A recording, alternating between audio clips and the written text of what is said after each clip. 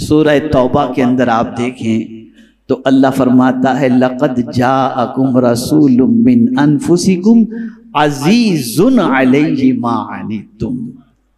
تو میرے پیارے آقا صلی اللہ تعالی علیہ وسلم کے پیارے دیوانوں، اللہ نے فرمایا البتہ تحقیق تمہاری جانوں میں ایک شاندار رسول آیا جو عزیز ہے۔ تو جو صفت اللہ نے قرآن کے لیے بیان فرمائی وہی صفت اللہ عز و جل نے حضور صلی اللہ علیہ وسلم کے لیے بیان فرمائی۔ اب آئیے پھر میں آ جاؤں نور کی طرف تھوڑا سا۔ تو اللہ نے کتاب کو بھی نور فرمایا وَأَنزَلْنَا إِلَيْكُمْ نُورًا مُبِينًا، اور ہم نے تمہاری طرف روشن نور نازل کیا۔ تو اب آپ دیکھیں روشن نور قرآن مقدس، اس لیے کہ وہ نازل ہوئی، وَأَنزَلْنَا فرمایا اور ہم نے نازل کیا۔ اور جب اللہ کے رسول صلی اللہ تعالی علیہ وسلم دعوت و تبلیغ کے فرائض کو انجام دیتے تھے، لوگوں کو اللہ کی طرف بلاتے تھے، لوگوں کو حق کی طرف بلاتے تھے، لوگوں کو دین کی طرف بلاتے تھے، لوگوں کو ہدایت کی طرف بلاتے تھے، اور اس ہدایت کے کلمات کو سن کر کے بہت سارے لوگ دامن اسلام کو تھام لیتے تھے۔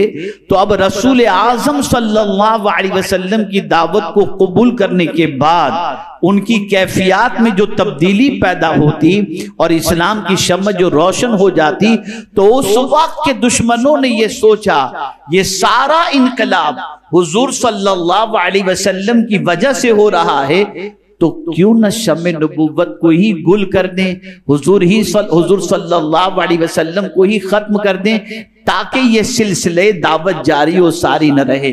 تو آپ دیکھیں قرآن نے اس کے بارے میں کیا فرمایا۔ یہاں میں نے بتایا اللہ نے قرآن کو نور فرمایا، اب پروردگار نے حضور صلی اللہ علیہ وسلم کو بھی نور فرمایا۔ ایک آیت تو آپ نے سماعت فرما لی، اب دعوت کے حوالے سے آپ دیکھیں کہ اللہ عز و جل کیا فرماتا ہے، یریدون لیطفئوا نور اللہ بافواہہم واللہ متم نورہ۔ وہ کافر اپنے منہ سے اللہ کے نور کو بجھانا چاہتے ہیں، اللہ اپنے نور کو مکمل کرنے والا ہے۔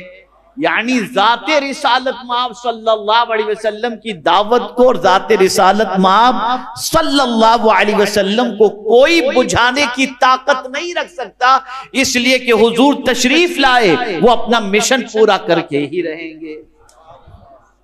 تو جہاں قرآن کو نور کہا گیا وہیں حضور صلی اللہ علیہ وسلم کو نور کہا گیا۔ اسی طریقے سے قرآن مقدس میں اللہ عز و جل نے قرآن مقدس کو بھی عظیم کہا۔ میری ایک پوری تقریر انشاءاللہ ایک دو دن میں آپ سنیں گے، ریکارڈ ہو چکی ہے، اور وہ پوری اسی آیت کریمہ پر، ایک آیت کریمہ پر۔ وہ کون سی آیت ہے؟ وَلَقَدْ آتَيْنَاكَ سَبْعًا مِّنَ الْمَثَانِي وَالْقُرْآنَ الْعَظِيمِ، البتہ تحقیق ہم نے تمہیں 7 آیات دی جو بار بار دہرائی جاتی ہیں، اور قرآن عظیم دیا۔ قرآن کے لیے کون سا لفظ آیا؟ بولیے، عظیم۔ اللہ نے حضور کو جو کتاب عطا فرمائی، اس کتاب کی صفت اللہ نے بیان فرمائی کہ میرے محبوب ہم نے بار بار دہرائی جانے والی 7 آیتیں یعنی سورہ فاتحہ بھی تمہیں عطا فرمائی اور عظمت والا قرآن بھی تمہیں عطا فرمایا۔ تو جو صفت اللہ نے قرآن کے لیے بیان فرمائی وہ عظیم ہے۔ اب ہم دیکھیں کیا یہ حضور کے لیے بھی اللہ عز و جل نے لفظ عظیم استعمال فرمایا ہے؟ تو ہاں، قرآن کہتا ہے وَإِنَّكَ لَعَلَىٰ خُلُقٍ عَظِيمٍ، اے محبوب بے شک تو خلق عظیم کے مرتبے پر فائز ہے۔ یعنی اللہ عز و جل نے جہاں قرآن کو عظیم کہا وہیں مصطفیٰ کی اخلاق کو بھی اللہ نے عظیم فرمایا، خلق عظیم کی دولت سے اللہ نے مالا مال فرمایا۔ آپ اندازہ لگائیں ایک طرف قرآن کو دیکھو، ایک طرف صاحب قرآن کو. یہی وجہ ہے کہ جب جب اللہ نے ریاض الجنہ میں جانے کی سعادت عطا فرمائی اور اس وقت اگر قرآن کھولنے کا موقع ملا تو اندر سے کیفیت ایسی بنتی تھی، ایک طرف قرآن ہے اور بائیں جانب صاحب قرآن تشریف فرما ہے. ایک عجیب کیفیت پیدا ہوتی ہے وہاں جانے کے بعد.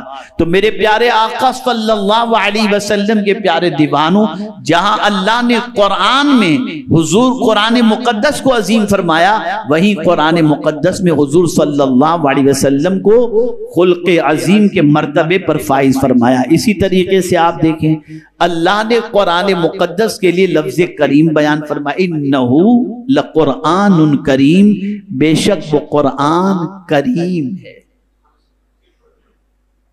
اللہ نے قرآن کے بارے میں لفظ کریم فرمایا، اور جب حضور صلی اللہ تعالی علیہ وسلم کی بات آئی تو اللہ نے حضور کے قول کے حوالے سے بھی فرمایا، انہو لقول رسول کریم، بے شک وہ قرآن رسول کریم کا قول ہے. یعنی آپ اندازہ لگائیں جہاں جہاں قرآن کی عظمت بیان کی جا رہی ہے وہیں مصطفیٰ جان رحمت صلی اللہ تعالی علیہ وسلم کی عظمتوں کو بیان کیا جا رہا ہے. اور خدا کی قسم 2 آیتیں اور جو میں پیش کروں گا نا، آپ کا ایمان تازہ ہو جائے گا.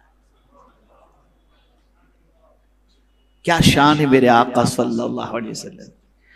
قرآن کے بارے میں اللہ نے فرمایا، وَنُنَزِّلُ مِنَ الْقُرْآنِ مَا هُوَ شِفَاءٌ وَرَحْمَةٌ لِّلْمُؤْمِنِينَ. اللہ فرماتا ہے اور ہم قرآن میں سے وہ چیز نازل کرتے ہیں جو مومنوں کے لیے باعث شفا اور رحمت ہے. قرآن کو اللہ نے رحمت فرمایا، شفا فرمایا. قرآن کو رحمت فرمایا اور شفا فرمایا. حضور کے بارے میں کیا فرمایا؟ اللہ اکبر، وَمَا أَرْسَلْنَاكَ إِلَّا رَحْمَةً لِّلْعَالَمِينَ. سارے عالم کے لیے رحمت بنا کر کے بھیجا. آپ اندازہ لگائیں جیسے قرآن رحمت ہے ایسے مصطفیٰ جان رحمت صلی اللہ علیہ وسلم بھی رحمت ہے. اسی طریقے سے میرے پیارے آقا صلی اللہ علیہ وسلم کے پیارے دیوانوں، قرآن کب نازل ہوا؟ رمضان میں ایک سورت پڑھتے ہیں نا آپ، سورہ قدر پڑھتے ہیں نا، جس میں اللہ نے فرمایا اِنَّا أَنزَلْنَاهُ، بولیے فی لیلت. بڑی تعداد کے اندر طلبہ علماء موجود ہیں، ذرا بولیں تو سمجھ میں آئے کہ آپ سمجھ رہے ہیں. اِنَّا أَنزَلْنَاهُ فِی لیلۃ. کب قرآن نازل ہوا؟ لیلۃ القدر. اور مصطفیٰ پیارے کب تشریف لائے؟ وہی رات ڈھل رہی تھی، صبح طلوع ہو رہی تھی اور مصطفیٰ پیارے تشریف لائے. اور آپ جانتے ہیں کہ ولادت کے وقت کے لیے اس ساعت کا انتخاب کیوں؟ کہ رات جا رہی ہے، صبح آ رہی ہے. ایسے موقع پر حضور کیوں تشریف لائے؟ تو صوفیاء کرام فرماتے ہیں رات بھی چاہتی تھی میرے حصے میں حضور تشریف لائیں، اور دن بھی چاہتا تھا میرے حصے میں حضور تشریف لائیں. تو اللہ حضور کے صدقے میں دونوں کی خواہش کو پوری فرما دیا کہ رات جا رہی تھی، مصطفیٰ آ رہے تھے. اور دوسری چیز ذہن میں رکھیں، اگر صرف سرکار صلی اللہ علیہ وسلم کو غروب آفتاب کے بعد نازل کرتا تو جہاں میں اندھیرا ہوتا. اس لیے وقت کا سلیکشن ایسا ہوا کہ حضور آئیں تو دنیا میں اجالا ہی اجالا ہو جائے. اسی لیے اعلیٰ حضرت کہتے ہیں صبح طیبہ میں ہوئی بڑھتا ہے باڑا نور کا، صدقہ لینے نور کا آیا ہے تارا. میرے پیارے آقا صلی اللہ علیہ وسلم کے پیارے دیوانوں، ملک یمن میں ایک عامر نامی آدمی اپنے صنم خانے میں بیٹھا تھا. سید المرسلین صلی اللہ علیہ وسلم کی ولادت کی رات آپ کا نور مشرق سے مغرب، جنوب سے شمال اور زمین سے آسمان تک محیط تھا.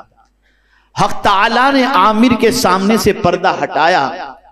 عامر کو نظر آیا کہ آسمان کے دروازے کھلے ہیں، ملائکہ اتر رہے ہیں، پہاڑ اور درخت سجدہ کر رہے ہیں. اب عامر کہتا ہے کہ میں حیران تھا کہ یہ کیا ہو رہا ہے. یکایک عامر کا ایک صنم اوندھا گرا اور اس سے یہ آواز آئی اس نبی کی ولادت ہوئی جن کا مدت سے انتظار کیا جا رہا تھا۔